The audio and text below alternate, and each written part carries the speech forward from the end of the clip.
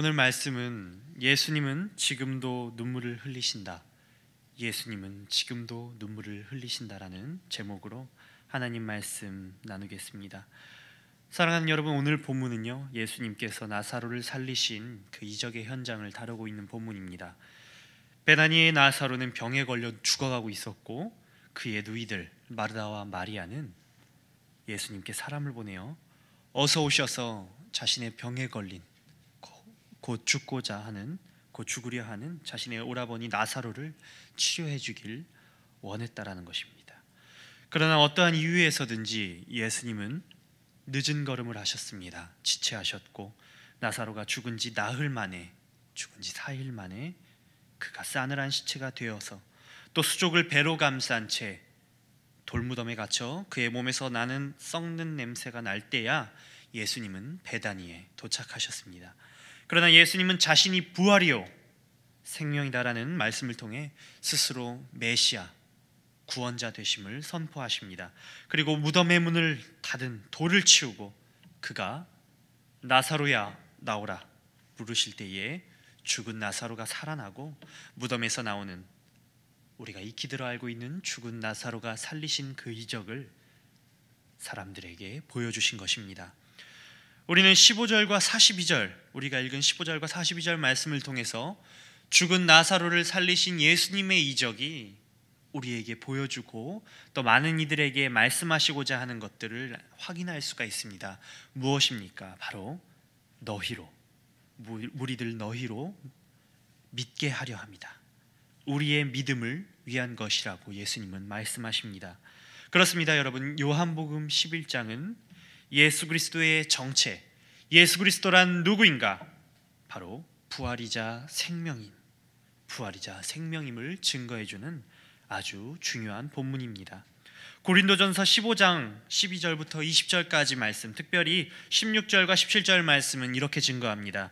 만일 죽은 자가 다시 살아나는 일이 없으면 그리스도도 다시 살아나신 일이 없었을 터이요, 그리스도께서 다시 살아나신 일이 없으면 너희의 믿음도 헛되고 너희가 여전히 죄 가운데에 있을 것이다라고 고린도전서 말씀은 증거합니다. 그리스도, 그리고 우리의 부활이, 나사로의 부활이 가장 큰 증거라는 것입니다.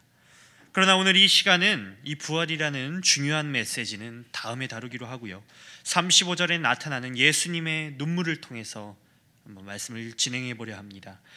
이 시점에 부활과 생명을 증거하시는, 예수님께서 이 부활과 생명을 증거하시는 가운데에 예수님은 왜 우셨을까? 예수님은 왜 눈물을 흘리셨는가?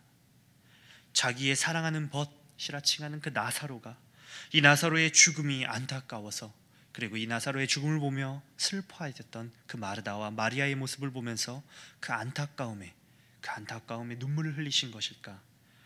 과연 이 문제가 말하는 것이 무엇인지, 예수님의 눈물이 말하려는 것이 무엇인지 우리 함께 말씀을 통해 확인해 보겠습니다. 첫 번째 문제는 무엇이었습니까? 바로 이제는 기적을 일으키기도, 기적이 일어나기도 힘든 시간이다라는 것입니다. 베다니에서 요청이 돌아왔습니다. 베다니에서 사람을 보내어서 예수님 제 오라버니 나사로가 죽어가고 있습니다. 살려주십시오 라는 요청이 들어왔음에도 불구하고 계시던 곳에 이틀씩이나 유한 예수님을 우리는 볼 수 있습니다. 그리고 이 예수님의 모습을 보면서 우리는 이중적인 모습을 발견할 수가 있습니다. 어떠한 이중적인 모습이었습니까?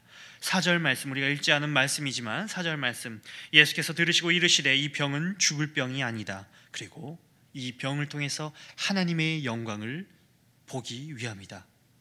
하나님의 아들임을 내가 보여주기 위함이다. 그리고 영광을 받고자 함이다라고 말씀하십니다. 그러지만 하나님 말씀은, 예수께서 본래 마르다와 그 동생과 나사로를 사랑하셨다고 말씀하십니다. 하나님의 영광을 보여주셔야 됐고, 또 자신이 사랑하는 마르다와 마리아 그리고 나사로를 위함이었더라면 예수님께서는 그 발걸음을 속히 베다니로 가셨어야 하지만, 나사로가 병들었다 함을 들으시고 그 계시던 곳에 이틀을 더 유하신 예수님을 우리는 볼 수가 있습니다. 신적 권세가 있으신 예수님, 병을 치료하시고 눈먼 자를 눈을 뜨게 하시고 죽은 자를 살리셨던 그 하나님의 권세가 있으셨던 예수님, 그리고 나사로를 사랑하지만 이틀을 더 유하신 예수님, 이중적인 예수님의 모습을 우리는 말씀을 통해서 확인할 수가 있습니다. 비교하기는 좀 그렇지만 우리 주변에도 그런 사람들이 있지 않습니까? 내 말 좀 믿어봐, 나 좀 믿어, 나 몰라? 이렇게 이야기하는 친구들을 보면 정말 못 믿겠잖아요. 시간이 지나면 지날수록 그 친구들에 대한 믿음은 떨어질 것입니다. 제자들이 어땠을 것 같습니까? 제자들 역시도 예수님의 말씀을 들으면서 예수님 속히 발걸음을 인도하셔야 되지 않겠습니까? 그러자 예수님께서 무엇이라 말합니까? 나사로는 죽은 것이 아니라, 죽을 병이 아니라 잠을 잔다 하는 이 예수님의 말씀을 들으면서 그렇지, 우리 예수님께서 하신 말씀은 정말 진리이기 때문에 나는 믿어 의심치 않아 라고 믿는 믿음도 있었겠지만, 또 자꾸 이렇게 믿으라 말씀하시는 그 예수님을 보면서, 또 지체하시는 예수님을 보면서 이러한 생각이 왜 안 들었겠습니까? 그리고 예수님께서는 이틀을 더 유하신 후에 베다니에 오셨습니다. 자신들을 찾아온 예수님께 마르다와 마리아가 하는 말을 우리가 함께 읽지 않았습니까? 마르다는 어떻게 말하였습니까? 주께서 여기 계셨더라면 내 오라버니가 죽지 아니하였겠나이다. 또 마리아도 예수가 계신 곳에 가서 배웠고 그 발 앞에 엎드려 무엇이라 말합니까? 주님, 예수님께서 여기 계셨더라면 내 오라버니 나사로가 죽지 아니하였겠습니다 라고 이야기하는 것을 볼 수 있지 않습니까? 예수님께서 계셨으면 좋았을 텐데, 예수님께서 계셨으면 좋았을 텐데 라고 말하는 이 두 자매의 이야기를 우리는 확인하지 않았습니까? 이 두 자매가 이렇게 이야기한 까닭이 무엇이었습니까? 너무 슬퍼서였습니까? 17절 말씀은 어떻게 증가합니까? 예수께서 와서 보시니 나사로가 무덤에 있은지 이미 나으리라. 이 사흘이라는 시간은 오래되었다, 죽은 지 오래되었다라는 것만을 의미하는 것일까요? 이 당시에, 이 본문 말씀이 증가하는 이 당시의 유대인들의 생각을 우리는 한번 살펴봐야 할 것 같습니다. 이 죽은 사람의 영혼이 떠나는 것을 알고 있는 이 사흘, 이 죽은 사람의 영혼이 떠나는 그 시간을 사흘이라고 생각했다고 합니다. 이 당시 유대 사람들은요. 그 기간이 지난 다음 날, 나흘째 되는 날, 사람들은 이미 포기하고 있었다는 것입니다. 이것은 오늘날 우리나라에서 3일장을 하는 이유와 비슷합니다. 우리나라도 3일장을 하는 이유가 저도 살펴보니까요, 죽었던 영혼이 다시 살아올, 죽었다고 우리가 단정짓기 어려운 날 3일이라고 정해서 3일장을 한다고, 과거부터 한다고 이야기를 합니다. 또 현대의학적으로도 숨이 멎은 후에도 맥박이 살아있고 세포가 살아있는 시간을 2, 3일이라고 여깁니다. 그런데 이 2, 3일이라는 시간이 지난 나흘이 된 시간, 그 시간에 예수님께서 오셨을 때에 예수님께서 계셨으면 좋았을 텐데 이미 늦었습니다, 이미 틀렸습니다라고 이 고백한 이 두 자매를 보면서 예수님은 비통해하셨다라는 것입니다. 제자들도 마찬가지였습니다. 영혼만 다시 데리고 와서 넣어주시면 될 것 아닌가? 좀 일찍 다니시지, 이틀만 좀 더 일찍 오셨으면 됐을 텐데, 이틀만 좀 더 일찍 오셨으면 죽은 영혼이 떠나는 그 3일 안에 예수님께서 당도하셨을 텐데, 그냥 빨리 오셨으면 될 것이라며 생각이 안 들었겠습니까? 마르다와 마리아, 또 그들을 위로하러 모인 그 사람들 역시도 일찍 와서 병 고쳐주신 것처럼, 아니 예수님께서 많은 사람들 병 고쳐주셨으면서 나사로도 아팠을 때에, 죽기 전에 나사로의 숨이 붙어있을 때에 나사로도 고쳐주시고 하시지, 정말 안타까웠다, 정말 슬픈 일이 아니다라고 생각하지 않았을 것 같습니까? 예수님은 이러한 안타까움을, 예수님은 이러한 어려움을 가지고 있던 사람들에게 말씀하십니다. 예수께서 이르시되 나는 부활이요 나는 생명이니 나를 믿는 자는 죽어도 살겠고 무릇 살아서 나를 믿는 자는 영원히 죽지 아니하리라. 이것을 내가 믿느냐라고 예수님께서는 많은 사람들에게, 슬퍼 울고 있는 이들에게, 위로를 하고 있는 이들에게 말씀하십니다. 예수님뿐만이 아니라 우리는 또 한 명의 이중적인 사람을 발견합니다. 그 사람은 누굽니까? 바로 마르다입니다. 네, 믿습니다, 예수님. 예수님께서 부활이요 생명이다라고 이야기할 때에 마르다 역시 네, 믿습니다, 예수님. 이르되 주여 그러합니다. 예수님은 그리스도시요 세상에 오시는 하나님의 아들인 줄 내가 믿나이다. 이 마르다의 고백을 보면요, 실로 엄청난 고백이 아닐 수가 없습니다. 사도 중에 으뜸이라 칭하는 베드로의 고백과 같고요, 또 이 말씀이 기록된 요한복음이 기록된 목적과 합합니다. 요한복음 20장 31절 말씀, 요한의 고백이자 요한복음서의 기록 목적을 진술하는 것과 같은 내용의 고백을 이 한 여인의 입, 이 한 마르다의 입에서 쏟아져 나오는 것입니다. 그러나 마르다는 이 귀한 고백을 하지만 이내 곧 예수님께서 돌을 옮겨 놓으시라는 이 말씀에 주님, 예수님, 죽은 지가 이미 4일이나 됐습니다. 그리고 그 무덤 속에서 썩는 냄새가 납니다. 이미 내 나사로, 내 오빠의 나사로라는 그 살에서 썩는 냄새가 납니다라는 이야기를 합니다. 시체에서 이미 냄새가 납니다. 무슨 말입니까? 부패하고 있다는 얘기지요. 예수님께서 부활이고 생명인 줄 알고 있습니다. 하지만 예수님 지금 살리면 워킹데드가 됩니다. 좀비로 만드시려고 그러십니까? 이런 마르다와 마리아를 보면서 예수님께서는 비통해 하셨다라는 것입니다. 그리고 그들을 보면서 눈물을 흘리신다라고 말씀하시는 것입니다. 결코 죽은 나사로가 불쌍하여 운 것이 아닙니다. 마리아를 보며, 마리아의 애통하는 모습을 보며 함께 울었던, 함께 안타까워했던 유대인 무리들과 다르다는 것입니다. 사랑하는 여러분, 정말 이제는 예수님께서 기적을 일으키기 힘든 시간입니까? 이미 늦었습니까? 이미 나사로의 시체는 썩어 문드러져 있습니까? 이미 그의 영혼은 떠나서 다시 되돌리기가 어려운 시점에 이르렀습니까? 예수님께서 슬퍼하며 아파하셨던 이유는 무엇입니까? 예수님이 눈물을 흘리시는 까닭이 무엇입니까? 두 번째 문제는 미래의 일은 확신하지만 현재의 일은 모르겠다라고 말하는 사람들의 문제입니다. 마르다와 예수님의 대화를 다시 한번 살펴봅시다. 마르다가 예수께 여짜오되 주께서 여기 계셨더라면 내 오라버니가 죽지 아니하였겠나이다. 그러나 나는 이제라도 주께서 무엇이든지 하나님께서 구하시는 것을 하나님이 주실 줄을 아나이다. 구하는 것을 주실 줄은 아나이다. 마르다는 예수님께서 구하는 것을, 예수님께 구하는 것을 주실 줄을 알고 있다라는 고백을 합니다. 그러나 내 오라버니 나사로는 이미 죽어버렸네요. 이미 죽어버렸습니다. 아쉽습니다라고 이야기하는 것입니다.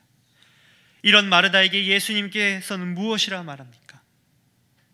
23절, 예수님께서 이르시되 내 오라비가 다시 살아나리라. 내 오라비가 다시 살아나리라고 말씀하시는 것 아닙니까? 이때에 마르다의 또 엄청난 신앙 고백이 이루어집니다. 마르다가 이르되 마지막 날 부활 때에는 다시 살아날 줄을 내가 아나이다. 부활에 대한 엄청난 고백이 또한 이 마르다의 입술 가운데에 쏟아지는 것입니다. 사실 이러한 부활에 대한 고백을 할 수 있는 사람도 몇 없습니다. 마지막 부활 때에 내가 다시 살아날 줄 알고 있다고 확신한다는 이러한 고백을 하는 마르다는, 이 마르다의 믿음은 결코 작지 않은 믿음이라는 것입니다. 우리 가운데에 맞습니다. 예수님께서 다시 오실 때에 우리가 부활할 것입니다. 우리가 다시금 새로운 생명을 얻을 것입니다. 우리가 거듭날 것입니다 라고 고백할 수 있는, 담대히 고백할 수 있는 사람이 몇이나 있겠습니까? 이 마르다의 믿음 결코 작지 않다라는 것입니다. 마리아도 마찬가지입니다. 두 자매는 같은 말로 우리 예수님을 맞이하지 않았습니까? 우리 이미 확인했지요. 예수님이 계셨더라면 내 오라버니 나사로는 나을 것이었을 텐데 라는 고백을 하지 않았습니까? 마르다는 마리아보다 더 고난도의 믿음을 가졌습니다. 마지막 날에는 부활이 있을 것으로 믿고 있지만 예수를 통해서 부활과 생명이 드러난다라는 사실은 마르다는 미처 깨닫지 못하고 있었습니다. 참 안타까운 일입니다. 예수님이 눈물을 흘리신 이유는 무엇입니까? 예수님이 그들을 보시면서 눈물을 흘리신 이유가 무엇입니까? 예수님이 부활이라는 사실은 이미 알고 있었고 또 마지막 날에 대한 확신은 있으나 당장 예수를 통해서 부활과 생명이 드러난다는 사실은 모르고 깨닫지 못하여 슬픔에 울고 있는 두 자매를 보면서 예수님은 눈물을 흘리셨다는 것입니다. 마지막으로 세 번째 이중적인 사람들이 등장합니다. 누굽니까? 바로 유대인 무리들이었습니다. 유대인 무리들은 36절의 말씀을 통해서 이렇게 이야기합니다. 보라, 예수님이 얼마나 그를 사랑하셨는가. 예수님이 눈물을 흘리시는 것을 보면서 유대인들은 이렇게 얘기합니다. 우와, 예수님이 정말 나사로를 사랑하셨구나. 정말 안타깝다. 위로하시는 하나님, 위로하시는 예수님이시구나. 눈물로 위로하시는구나. 하지만 그들은 또 37절 말씀에 어떤 이는 말하되 맹인의 눈을 뜨게 한 이 사람이 그 사람은 죽지 않게 할 수 없었더냐 하며 이야기를 하는 이중적인 모습을 보여줍니다. 예수님의 눈물을 보며 드는 두 가지 상반된 시각을 우리는 확인할 수 있습니다. 첫 번째는 무엇이었습니까? 그래, 예수님도 슬퍼하시네. 예수님도 우리의 안타까움을 보면서, 예수님도 우리의 고통을 보면서, 우리의 죽음을 보면서, 우리의 아픔을 보면서 예수님도 슬퍼하시네. 정말 위로하시는 하나님 예수님이시다. 위로하시니 받자, 그 위로의 모습을 보자 하면서 말하는 이 유대인들의 모습과 또 그 반대로, 아니 눈을 고치시니가, 아니 그 수많은 병자를 고치시니가 죽은 자는 못 일으키나, 죽은 나사로는 못 일으키나, 못 살리나, 능력이 부족하구나, 이 정도 능력은 되지 않는구나 라며 말하는 이중적인 유대인들의 모습을 우리는 확인할 수 있습니다. 이러한 무리들을 보면서 예수님은 역시나 애통해 하시고 눈물을 흘리시는 것입니다. 사랑하는 여러분, 예수님은 우리들을 보시며 지금도 눈물을 흘리십니다. 우리 가운데도 이제는 기적을 이루기에, 이제는 기적이 일어나기에 이미 늦은 시간이 아닌가, 이제는 기적을 일으키기도 힘들다라고 읊조리는 분들이 계십니까? 이미 내가 취업하기는 늦었다, 이미 내가 결혼하기는 늦었다, 이미 내가 이 어려움 가운데서 이겨내기는 늦었다, 그 다음 걸 기다리자. 혹은 아직도 멈춰서 신음하고 있는 이들이 있습니까? 이미 늦었다 하는 이들에게 예수님은 지금도 눈물을 흘리십니다. 두 번째, 미래는 확신하지만 현재는 모르겠다라고 고백하시는 분들이 있습니까? 우리를 구원하실 거야, 우리에게 최고를 주실 거야 라고 미래의 일은 확신하지만 지금 당장 내 모습은 연약해. 그러지만 오늘은 잘 모르겠어. 지금 당장의 일은 내가 확신할 수 없어. 그러면서 안타까움에 눈물을 흘리시는 분들이 있습니까? 그런 분들을 보면서 예수님은 우리를 보며 눈물을 흘리십니다. 그리고 무리들처럼 예수님의 능력은 이것밖에 안 돼, 병든 자는 고쳐주시지만 죽은 자는 일으켜 세우지 못해, 예수님의 능력이 이것밖에 안 된다며 한탄하고 불평불만하는 이들이 있습니까? 괜찮아, 예수님 괜찮아요, 예수님 괜찮습니다. 저는 위로해 주셔서 감사합니다. 또는 예수님의 능력이 부족하시네요, 이것은 해결 못 해주시네요 하며 불평불만하는 이들이 있습니까? 그때에 예수님 찾아오셔서 눈물 흘리십니다. 그리고 그들에게 예수님께서 말씀하십니다. 나는 부활인데, 나는 생명인데, 나를 믿는 자는 죽어도 살고 무릇 살아서 나를 믿는 자는 영원히 죽지 않은데 이것을 왜 믿지 못하느냐? 이것을 내가 왜 믿지 못하느냐? 죽어도 살고 살아도 영원히 사는 나는 부활이고 생명인데 왜 너는 신음하고 눈물 흘리고 있느냐? 예수님께서는 말씀하시는 것입니다. 예수님의 이적은 시간을 초월합니다. 이미 늦었다 하는 이들에게 예수님께서 찾아오셔서 다시금 살리십니다. 여러분들의 때가 늦으셨습니까? 여러분들의 때가 이미 늦으셨습니까? 이미 포기하고 있습니까? 이미 이적을 이루기에는 늦은 시간이라 생각하며 좌절하고 앉아 계십니까? 울고 계십니까? 일어나십시오. 예수님은 그런 우리들을 보면서 슬퍼하십니다. 또한 예수님께서 계셨더라면 좋았을 텐데 말씀하시는 이들이 있습니까? 누가 좋았을 겁니까? 누가 좋은 겁니까? 예수님이 좋은 겁니까? 내가 좋은 겁니다. 누가 당신의 베스트를 정했습니까?